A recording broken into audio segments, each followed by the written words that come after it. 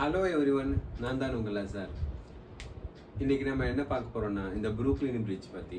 இந்த Brooklyn bridge பார்த்திங்கன்னா இந்த நியூயார்க் சிட்டினாலே அந்த பிரிட்ஜை தான் காட்டுவாங்க. அது பார்த்திங்கன்னா நிறைய ஹாலிவுட் மூவியில் காட்டியிருப்பாங்க.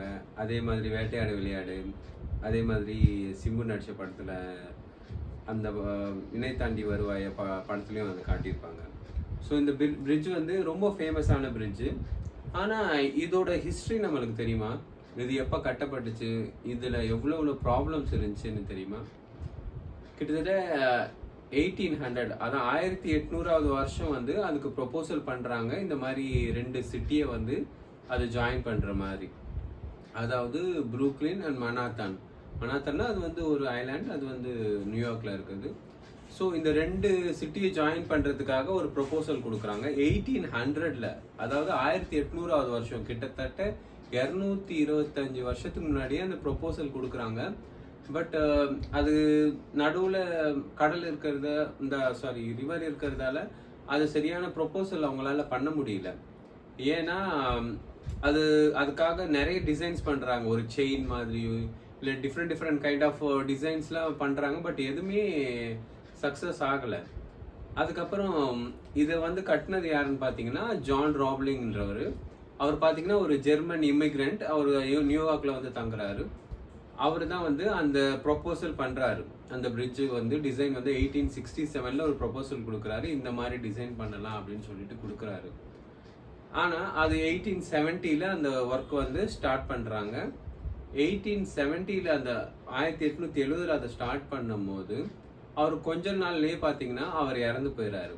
ஸோ அவரோட சன் வாஷிங்டன் ராப்லிங்ன்றவரும் ஒரு என்ஜினியர், அவர்கிட்ட வந்து அந்த பொறுப்பு வந்துடுது.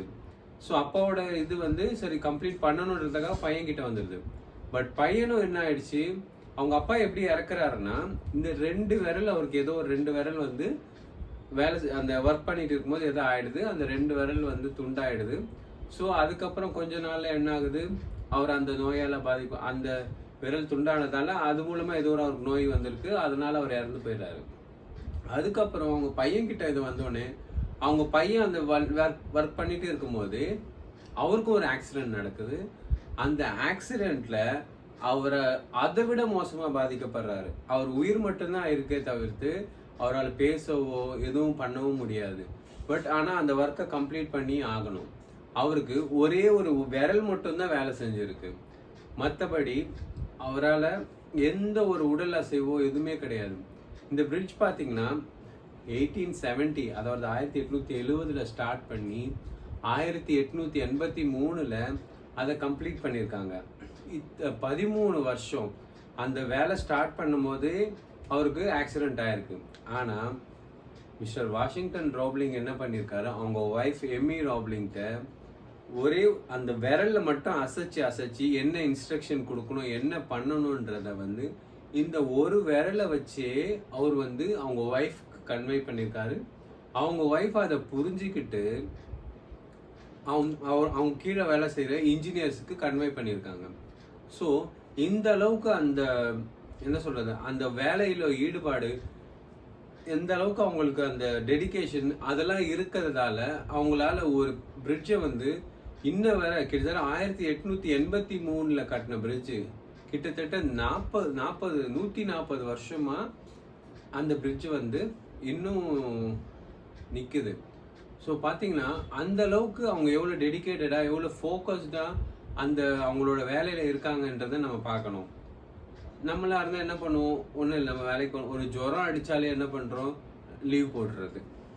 ஒரு சும்மா லைட்டாக ஒரு அடிப்பட்ட பைக்லேருந்து கீழே விழுந்தாலே அடுத்த நாள் லீவ் போட்டுறது. ஸோ நம்ம வேலைக்கு போகிறது லீவ் போடுறது மட்டும் பிரச்சனை கிடையாது. நம்மளோட பர்சனல் விஷயமும் எடுத்துக்கோங்களேன். இப்போ லைட்டாக நம்மளுக்கு ஒரு கோல்டோ இல்லை டயர்டோ இருந்தால் நம்ம பர்சனலாக ஒரு ஜிம்க்கு போகிறதா இருந்தால் கூட போகிறது கிடையாது. இல்லை நம்ம ஒரு பிஸ்னஸ் பண்ணுறோம், கடை திறக்கணும்னா கூட கடை பசங்களாம் கடை நீ போய் தொடடா, நான் இன்னைக்கு லீவ், எனக்கு உடம்பு முடியல, ஒரு ஜலதோஷம் இல்லை ஒரு ஜுரம் வந்தாலே நம்ம அதை பண்ணுறது கிடையாது, போகிறது கிடையாது.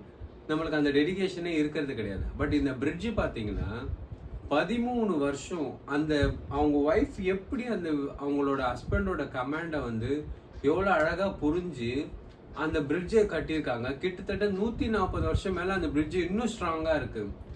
ஸோ லாஸ்ட் இயர் கூட பார்த்தீங்கன்னா ஒரு ஆக்சிடென்ட் கூட நடந்தது, உங்களுக்கு தெரியும். ஒரு போட் வந்து அந்த பிரிட்ஜ் மேலே மோதி அதில் ஒரு 2 பேர் இறந்து போனாங்க. அதெல்லாம் கூட நம்ம பார்த்தோம். ஸோ அந்த அளவுக்கு அது ஸ்ட்ராங்காக இருக்குது. ஸோ நம்ம எப்போவுமே நம்மளை வந்து ஒரு டெடிக்கேட்டடாக நம்ம ஒரு வேலையிலையோ இல்லை நீங்கள் அடுத்தவங்களுக்காக வேலை செய்கிறோம், ஸோ இதில் என்ன நம்ம டெடிக்கேட்டடாக இருக்கிறது அப்படின்றது அது கூட ஒரு எக்ஸம்ஷனாக வச்சுக்கலாமே. பட் நீங்கள் ஒரு சொந்த பிஸ்னஸ் பண்ணுறவங்களாலே இருந்தாலே லைட்டாக தலைவலிச்சாலே ஒரு நம்ம கடைக்கு போகிறது கிடையாது, இல்லை நம்ம ஆஃபீஸ்க்கு எதுக்கும் போகாமல் இருக்கும்.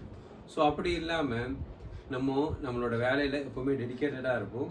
மறக்காமல் என்னோடய சேனலை சப்ஸ்கிரைப் பண்ணுங்கள், லைக் பண்ணுங்கள், கமெண்ட் பண்ணுங்கள், உங்களோட ஃப்ரெண்ட்ஸுக்கு ஷேர் பண்ணுங்கள். எனக்கு இன்னும் என்னென்ன டாபிக் பேசணுன்றதை கமெண்டில் மெசேஜ் பண்ணிங்கன்னா நான் இன்னும் நிறைய பேசலான்னு இருக்கேன். தயவு செஞ்சு அதுக்கு ஹெல்ப் பண்ணுங்கள். நன்றி.